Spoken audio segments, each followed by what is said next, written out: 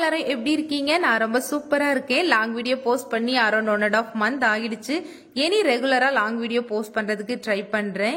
ஃப்ரிட்ஜை deep clean பண்ணி 2 months ஆகிடுச்சு. தேவையில்லாத திங்ஸ் எல்லாமே தூக்கி போட்டுட்டு சில ஆர்கனைசர்ஸ் வச்சு ஆர்கனைஸ் பண்ண போறேன். ஆர்கனைசர்ஸ் எல்லாமே மீஷோ, பிளிப்கார்ட்ல தான் ஆர்டர் போட்டு வாங்கி வச்சிருக்கேன். தேவையில்லாம சில திங்ஸ் எல்லாமே டம்ப் பண்ணி வச்சிருக்கேன். அதெல்லாமே தூக்கி போட்டுட்டு இன்னைக்கு ஆர்கனைசர் வச்சு ஆர்கனைஸ் பண்ண போறேன். இந்த வீடியோ உங்களுக்கு பிடிச்சிருந்தா கண்டிப்பா லைக் பண்ணுங்க. என்னோட சேனல் பிடிச்சிருந்தா மறக்காம சப்ஸ்கிரைப் பண்ணி வச்சுக்கோங்க. ஃபர்ஸ்ட் எல்லா திங்ஸுமே மொத்தமா கீழே எடுத்து வச்சுட்டேன். அதுல எது தேவையில்லையோ அதை எல்லாமே தூக்கி போட்டுட்டேன். இந்த ஐஸ் ட்ரே லோக்கல் ஷாப்ல தான் வாங்கியிருந்தேன். சென்னை சில்க்ஸ் போகும்போது இது பார்க்கவே yellow and ஒயிட் கலர்ல அட்ராக்டிவா இருந்துச்சு. இந்த ஐஸ் ட்ரேல பேக் சைட் பிரஸ் பண்ணும்போது சிங்கிள் ஐஸ் கியூப் கூட தனியா எடுத்துடலாம். ஃப்ரிட்ஜில் வரக்கூடிய அந்த ஐஸ் ட்ரே வந்து லைட்டாக டில் பண்ணும்போது 4-5 ஐஸ் கியூப் மொத்தமாக வந்துடும். ஹேண்டில் பண்ண முடியாது. இது சிங்கிள் ஐஸ் கியூப் கூட தனியாக எடுக்கிறனால எனக்கு ரொம்ப பிடிச்சிருந்துச்சு. இதில் பெஸ்ட் பார்ட்டே இதோட லிட்டோட வர்றதுனால க்ளோஸ் பண்ணி ஃப்ரிட்ஜில் வச்சுக்கலாம். Next fridge magnets. இது ஆர்கனைசர் இல்லை, ஆனால் என்னோட கார்ட்ல அப்பப்போ ஆட் பண்ணி அப்பப்போ எடுத்து விட்டுருவேன். குவாலிட்டி சரியா இருக்குமான்னு சொல்லிட்டு ஆர்டர் பண்ணாமலே வச்சுட்டு இருந்தேன். இந்த வாட்டி எப்படி இருந்தாலும் பரவாயில்லன்னு சொல்லிட்டு ஆர்டர் போட்டேன். ஆனா நான் நினைச்சது வரைக்குமே குவாலிட்டி ரொம்ப சூப்பரா இருந்துச்சு. 6 ஃப்ரூட்ஸ் ஸ்மைல் பண்ற மாதிரியான மேக்னெட்ஸ். ஃப்ளோர் டார்க் கலரா இருக்கிறதுனால நான் எப்பவுமே லைட் கலர் திங்ஸ்க்கு தான் ப்ரிஃபரன்ஸ் கொடுப்பேன். இந்த ஃப்ரிட்ஜ் கவருக்காக ரொம்ப நாள் வெயிட் பண்ணி வாங்க வேண்டியது இருந்துச்சு. கலர் ஆப்ஷன்ஸ் இருந்துச்சு, பட் இந்த கலர் அவைலபிளா இல்ல. அவைலபிள் ஆனதுமே நோட்டிபிகேஷன் ஆச்சு, உடனே ஆர்டர் போட்டு வாங்கியாச்சு. பச்சை மிளகாய், இஞ்சி, கருவேப்பிலை இது எல்லாமே ஸ்டோர் பண்ண பிளிப்கார்ட்ல கண்டெய்னர் செட் ஆர்டர் போட்டிருந்தேன். கண்டெய்னர் செட்னு சொல்ல முடியாது, கண்டெய்னர் கம் பாக்ஸஸ் வேணா சொல்லிக்கலாம். ஃபுல் டிரான்ஸ்பரண்ட், உள்ள என்ன இருக்குதோ அது மிஸ்ட் ஃபார்ம் ஆன கூட பாத்துக்கலாம். லிட் வந்து ஃபுல் ஏர்டைட், 4 சைடு சுவிட்சஸ் கொடுத்திருக்கனால வாட்டர் லீக்கேஜ் கூட இல்ல. பிக்சர்ஸ்ல பாக்கும்போது கொஞ்சம் பெரிய பாக்ஸா தெரிஞ்சிச்சு, நேர்ல பாக்கும்போது கொஞ்சம் சின்னதா தான் இருக்குது. நான் வந்து ரிட்டர்ன் போடல, எனக்கு ரொம்ப பிடிச்சிருந்துச்சு. லிட் வந்து ரொம்ப கனமா இருந்துச்சு. சுவிட்சஸ் வந்து நல்ல ஸ்ட்ராங்கா இருக்கிறதுனால அந்த பாக்ஸ்மே பார்க்க ரொம்ப கியூட்டா இருந்துச்சு. Set of 6 containers. இதோட குவான்டிட்டி 500 ml. ஏர்டைட்டா இருக்கறனால நான் ரிட்டர்ன் போடல. பார்க்கவே ரொம்ப கியூட்டா இருக்கக்கூடிய இந்த ஃப்ரிட்ஜ் மேட் மீஷோல ஆர்டர் போட்டு வாங்கி இருந்தேன். எனக்கு பர்சனல் ஃபேவரட்டும் கூட. வேவியா பார்க்கவே ஒயிட் கலர்ல ரொம்ப அழகா இருந்துச்சு. ஃப்ரிட்ஜ்ல விரிச்சதுமே அவ்வளவு ஒரு எலகண்டா அந்த ஃப்ரிட்ஜுக்கே நியூ லுக் கொடுத்த மாதிரி ரொம்ப சூப்பரா இருந்துச்சு. ஃப்ரீசர்ல இருக்க ரேக் ரொம்ப சின்னதா இருக்கனால இந்த மேட் அதுல விரிக்க முடியல. கீழே இருக்க ரேக் 4மே பெருசுனால இந்த மேட் அதுல வந்து விரிச்சு விட்டுட்டேன். 4 மேட் தான் யூஸ் ஆச்சு, 2 மேட் யூஸ் ஆகல. வேற எதுக்காச்சும் யூஸ் பண்ணிக்கலாம்னு சொல்லிட்டு வச்சுட்டேன். ஃப்ரிட்ஜ்ல இருந்த ஒரு ரேக்கையுமே வாஷ் பண்ண எடுத்து வச்சுட்டேன். கீழே இந்த ரேக்ல கொஞ்சம் திங்ஸ் இருந்துச்சு, அதையும் தனியா எடுத்து வச்சுட்டு அதையும் வாஷ் பண்ண எடுத்துட்டேன். வாங்கின ஆர்கனைசர் எல்லாமே வாஷ் பண்றதுக்காக வேண்டி அதையும் எடுத்து வச்சுட்டேன். பிகாஸ் டைரக்டா யூஸ் பண்ணனா பிளாஸ்டிக் ஸ்மெல் வர மாதிரி இருக்கும். ஒருக்கா வாஷ் பண்ணி வெயில காய வச்சு எடுத்துட்டோம்னா அந்த ஸ்மெல் எதுவுமே வராது. சிங்க்ல வச்சு வாஷ் பண்ணலாம்னா எனக்கு கம்ஃபர்டபுளா இருக்காது. பெரிய பெரிய திங்ஸா இருக்கறனால கழுவுறதுக்குமே கொஞ்சம் கஷ்டமா இருக்கும். மொத்தமா எல்லா திங்ஸையுமே வெளியில எடுத்து போட்டு வாஷ் பண்ணிட்டு மொத்தமா காய வச்சு எடுத்துடலாம். சிங்கிள வச்சு வாஷ் பண்ணும்போது அதுல இருக்க ட்ராலில இந்த பெரிய பெரிய திங்ஸ் எல்லாமே பத்தாது. 2-3 வாட்டி வாஷ் பண்ணி காய வச்சு எடுக்கிற மாதிரி இருக்கும். வெளியில வச்சு வாஷ் பண்ணா எல்லா திங்ஸுமே ஒரேடியா வாஷ் பண்ணி ஒரேடியா காய வச்சு எடுத்துடலாம். நான் கிளாஸ் ஐட்டம், செராமிக் ஐட்டம் வாங்கும் போதெல்லாம் ஹஸ்பண்ட் வந்து இந்த டிஸ்க்ளைமரை வந்து கண்டிப்பா சொல்லுவாங்க. நீ இந்த பொருளை உடைக்க தான் போற அப்படின்னு சொல்லிட்டு சிரிச்சுட்டே வாங்கி கொடுப்பாங்க. வீட்ல கண்ணாடி பொருள் அதிகமா உடைச்சது என்னோட ஹஸ்பண்ட் தான். நான் அந்த டைம் அந்த டிஸ்க்ளைமரை மாத்தி அவங்களுக்காண்டி சொல்லுவேன். எனக்கு எவர் சில்வர் ஐட்டம் பிடிக்கும், ஆனா இந்த செராமிக் ஐட்டம், கிளாஸ் ஐட்டம் எல்லாம் ரொம்ப விருப்பம் கூட. அதுல எனக்கு கலெக்ட் பண்றதுல ரொம்ப ஆர்வமும் அதிகம். அதை வந்து ரொம்ப ஆசைப்பட்டு வாங்குவேன். இன்கேஸ் முந்தின நாள் நைட்டு பாத்திரம் எதுவுமே வாஷ் பண்ணாம விட்டுட்டேன்னா மார்னிங் எல்லா பாத்திரத்தையுமே வெளியில எடுத்து போட்டு எல்லாத்தையும் மொத்தமா வாஷ் பண்ணி அப்படியே அதுலயே காய வச்சிருவேன். எனக்கு ரொம்ப நேரம் நின்னுட்டு வேலை பார்த்தா கம்ஃபர்டபுளா இருந்த மாதிரி இருக்காது, கொஞ்சம் லெக் பெயினா இருந்த மாதிரி இருக்கும். வெளியில வச்சு வாஷ் பண்ணிட்டேன்னா எல்லா வேலையும் ஒரேடியா முடிஞ்ச மாதிரி இருக்கும். கூடவே கார்டன் வேலை ஏதாச்சும் இருந்துச்சுன்னா அதையும் அப்படியே செஞ்சுட்டு பாத்திரமும் வாஷ் பண்ணிட்டு நானும் ரெஃப்ரெஷ் ஆயிருவேன். எனக்கு எல்லா வேலையும் மொத்தமா முடிஞ்ச மாதிரி இருக்கும்.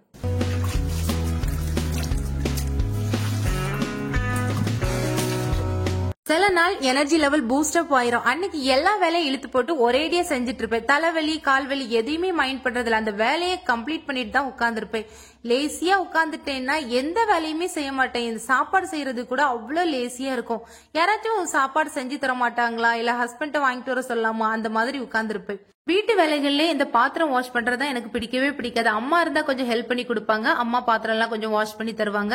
வீட்டுல யாரும் இல்லாட்டா கண்டிப்பா அந்த வேலை நான் தான் செஞ்சாகணும். ஃப்ரிட்ஜ்ல உள்ள அந்த ரேக் அப்புறமா கண்டெய்னர்ஸ் புதுசா வாங்கின அந்த பாக்ஸ் எல்லாமே நிறைய இருந்துச்சு. எல்லாத்தையுமே வாஷ் பண்றதுக்கு கொஞ்சம் டைம் எடுத்துச்சு. எல்லாத்தையுமே வாஷ் பண்ணி வெயில காய வைக்கிறதுக்காக வேண்டி ஒன்னொன்னையுமே கமத்தி வச்சிட்டு இருந்தேன். வெயில காய வைக்கும் போது பாக்ஸோட லிட் வந்து தனியா கலந்து விழுந்துடுச்சு. லிட்டோட ஸ்விட்ச் வந்து தனியாவே வந்துடுச்சு. பிக்ஸ் பண்ணி பார்த்தேன், அழகா பிக்ஸ் ஆயிடுச்சு, எந்த டேமேஜும் ஆகல.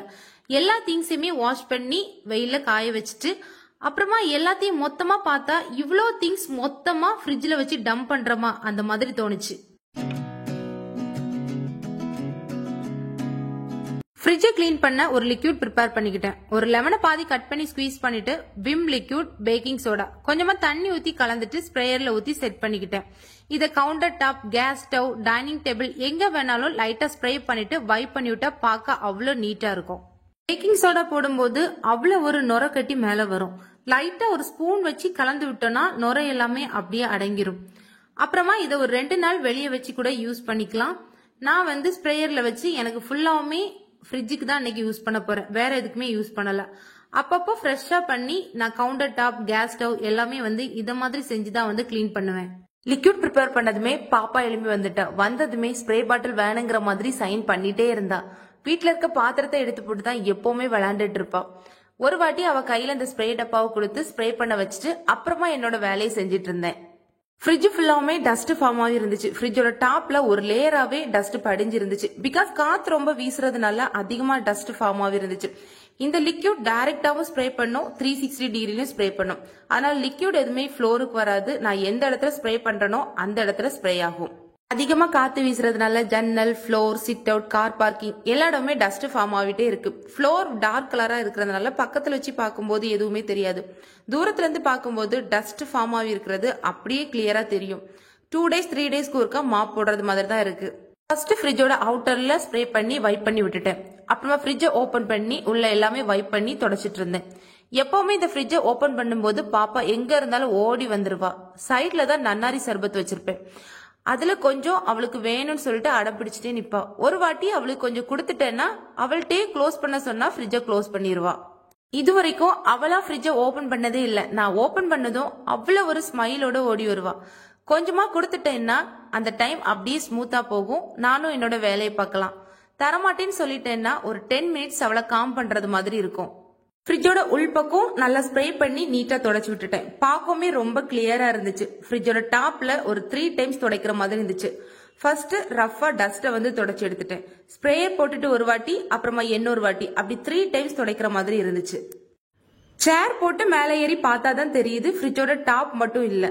இந்த மாதிரி அடிக்கடி சேர் போட்டு மேலே ஏறி பார்க்க மாட்டோம்ல. ஃப்ரிட்ஜோட சைட் டோர்ல இருக்கக்கூடிய ரப்பர் கிளாம்ப்லயுமே அதிகமா டஸ்ட் ஃபார்ம் ஆகி இருந்துச்சு. அதையும் ஸ்ப்ரே பண்ணி நீட்டா தொடச்சு விட்டுட்டேன். ஒரு வேலை தொட்டா இன்னொரு வேலை, இன்னொரு வேலை தொட்டா இன்னொரு வேலை. ஃப்ரிட்ஜை ஃபுல்லாவுமே நீட்டா கிளீன் பண்ணிட்டு வெளியில காய வச்சிருந்த எல்லா திங்ஸுமே வேக வேகமா பார்த்து எடுத்து வச்சிட்டு இருந்தேன். பிகாஸ் டாமியை கட்டி போடல, அவனை ஃப்ரீயா தான் விட்டுருந்தேன். ஆஃப்டர்நூன் மேல அவனை ஃப்ரீயா தான் விடுவேன். அவனை ஃப்ரீயா விட்டா எல்லா திங்ஸுமே களைச்சி போட்டுருவான், இல்லாட்டி ஏதாச்சும் செஞ்சு வச்சிருவான். அதுக்காக வேண்டிய எல்லா திங்ஸுமே பார்த்து எடுத்து வச்சிட்டு இருந்தேன்.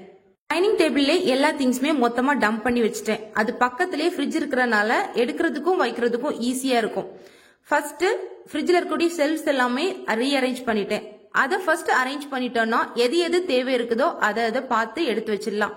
தேவையில்லாத தூக்கி போட்டுடலாம். புதுசா வாங்கின பாக்ஸ்ல எது தேவையா இருக்கோ அதை வந்து வச்சு க்ளோஸ் பண்ணி நீட்டா அரேஞ்ச் பண்ணி வச்சிடலாம். அதனால ஃபர்ஸ்ட் வந்து அந்த செல்ஃப்ஸ் எல்லாமே அரேஞ்ச் பண்ணிட்டேன். இந்த பாக்ஸும் அதோட லிட்டும் அங்கங்க கொச்சன்னு கலைஞ்சு போய் இருந்துச்சு. அதை ஃபர்ஸ்ட் க்ளோஸ் பண்ணி தனியா எடுத்து வச்சுட்டா இந்த செல்ஃப்ஸ் எல்லாமே அரேஞ்ச் பண்ணிட்டு அப்புறமா இந்த பாக்ஸை பாத்துக்கலாம்னு சொல்லிட்டு ஃபர்ஸ்ட் அதை க்ளோஸ் பண்ணி தனியா எடுத்து வச்சுட்டேன். கீழே இருக்கக்கூடிய அந்த ஃப்ரிட்ஜோட பெரிய பாக்ஸை எடுத்து வச்சுட்டேன்னா எனக்கு ஒரு பெரிய வேலை முடிஞ்சது மாதிரி இருக்கும். அதை ஃபர்ஸ்ட் எடுத்து உள்ளுக்க வச்சுட்டேன். செல்ஸ் எல்லாமே நீட்டா அரேஞ்ச் பண்ணிட்டு ஃப்ரிட்ஜ் மேட் எடுத்து போட்டுட்டு இருந்தேன். டாப்ல இருக்கக்கூடிய அந்த ஒயிட் கலர் செல்ஸ்ல இந்த மேட் வந்து சரியா பிக்ஸ் ஆகல. பாக்கி இருக்கக்கூடிய 3 செல்ஸ்லயுமே அழகா பிக்ஸ் ஆயிடுச்சு. அந்த ஒரு செல்ஸ்ல மட்டும் இந்த மேட்டை கொஞ்சம் ஏற்ற இறக்கமா போட்டு வச்சிருக்கிறேன். நான் எந்த திங்ஸ் எடுத்தாலுமே அந்த பர்டிகுலர் திங்ஸ் அவளுக்கும் வேணும். நான் எந்த இடத்துல உட்கார்ந்துட்டு இருக்கனோ அந்த இடத்துல உட்காந்துதான் அவளுமே விளையாண்டுட்டு இருப்பா. ஃப்ரிட்ஜ் மேட் அரேஞ்ச் பண்ணிட்டு இருக்கனால ஃப்ரிட்ஜ் மேட்டை எடுத்து விளையாண்டுட்டு இருந்தா. டாப்ல இருக்கக்கூடிய அந்த ஒயிட் கலர் செல்ஸ்ல தான் மேட் வந்து பிக்ஸ் ஆகல. பிக்ஸ் ஆகாம தான் போட்டு வச்சிருக்கிறேன். இந்த மேட் எல்லாம் போட்டு ஃப்ரிட்ஜ் எல்லாம் நீட்டா கிளீன் பண்ணிட்டு பார்க்கும்போது ஒரு நியூ ஃப்ரிட்ஜ் மாதிரி ஒரு ஃபீல் வந்து கொடுத்துச்சு. ஃப்ரீசர்ல உள்ள திங்ஸ் எதுவுமே ஃபர்ஸ்டே நான் வெளியில எடுத்து வைக்கல. பாலாடை நிறைய கலெக்ட் பண்ணி வச்சிருந்தேன் நெய் காய்க்கிறதுக்காக வேண்டி. பன்னீரும் நிறைய இருந்துச்சு. அம்மா ஊர்ல இருந்து வரும்போதுல நிறைய பன்னீர் வந்து எடுத்துட்டு வந்திருந்தாங்க. சீம்பால்ல இருந்து பன்னீர் ப்ரிப்பேர் பண்ணி எடுத்துட்டு வந்திருந்தாங்க. அதை ஃபர்ஸ்டே வெளியில எடுத்து வச்சுட்டோம்னா வேஸ்டா போயிடும்னு சொல்லிட்டு லாஸ்டா வெளியில எடுத்து வச்சுட்டு ஒருக்கா வைப் பண்ணிட்டு அப்புறமா அரேஞ்ச் பண்ணி எடுத்து வச்சுக்கலாம்னு சொல்லிட்டு ஃபைனலா அது எல்லாமே வெளியில எடுத்து வச்சுட்டேன். பன்னீர் ஏன் இவ்வளவு பெரிய பீசஸா இருக்குதுன்னா அம்மாக்கு இந்த மாதிரி பீஸ் போட்டெல்லாம் கட் பண்ணி எடுத்துட்டு வர தெரியாது. ஒரு வாட்டி சொல்லி கொடுத்துருக்கிறேன். அதே மாதிரி செஞ்சுட்டு மொத்தமா ஒரு கவர்ல ஒரு நாளைக்கு எவ்வளவு தேவைப்படுமோ அந்த மாதிரி கட்டி எடுத்துட்டு வந்திருந்தாங்க. நான் அதை அப்படியே ஃப்ரீசர்ல வச்சுட்டேன். அது எதுவுமே சேஞ்ச் பண்ணல. குழம்புல போட்டா எப்படியும் கரைஞ்சுதான் போகும். சீம்பால்ல பண்ண பன்னீர், அதனால இது ஹெல்த்தியும் கூட. கரைஞ்சி போனாலும் டேஸ்ட் எம்மியா இருக்கும். அம்மா வீட்டு பக்கத்துல அதிகமா பசு வளர்க்குறாங்க. அது அடிக்கடி குட்டியும் போடும். அதனால நிறைய சீம்பால் கிடைக்கும். அதை பன்னீர் செஞ்சு எனக்கு எடுத்துட்டு வந்து கொடுப்பாங்க. இந்த சீம்பால்ல செஞ்ச பன்னீர் வந்து கடையில வாங்குற பன்னீரை விட ரொம்ப டேஸ்ட் அதிகமா இருக்கும். குழம்புல போட்டு சாப்பிடும் போதுல இன்னும் கொஞ்சம் டேஸ்ட் அதிகமா இருந்த மாதிரி இருக்கும். கடையில வாங்குறத விடைக்குமே இது வந்து எனக்கு ரொம்ப பிடிக்கும். பாக்ஸஸ வெறுமனையா பாக்குறத விடைக்கும் இந்த மாதிரி திங்ஸ் வச்சு க்ளோஸ் பண்ணி பார்க்கும்போது அவ்வளவு ஒரு ரிச் லுக்கா இருந்துச்சு. ஃபுல் டிரான்ஸ்பரண்டா இருக்கிறனால உள்ள என்ன திங்ஸ் இருந்தாலும் வெளியில பாக்குறதுக்கு அவ்வளவு நீட்டா தெரியும். மிஸ்ட் ஃபார்ம் ஆனா கூட என்ன திங்ஸ் இருக்குங்கிறது கிளியரா தெரியும். சில திங்ஸ் எல்லாமே நான் பாப்பாக்கு நான் வாங்கின டப்பா, அப்புறமா சில டப்பாஸ்ல எல்லாமே போட்டு வச்சிருந்தேன்.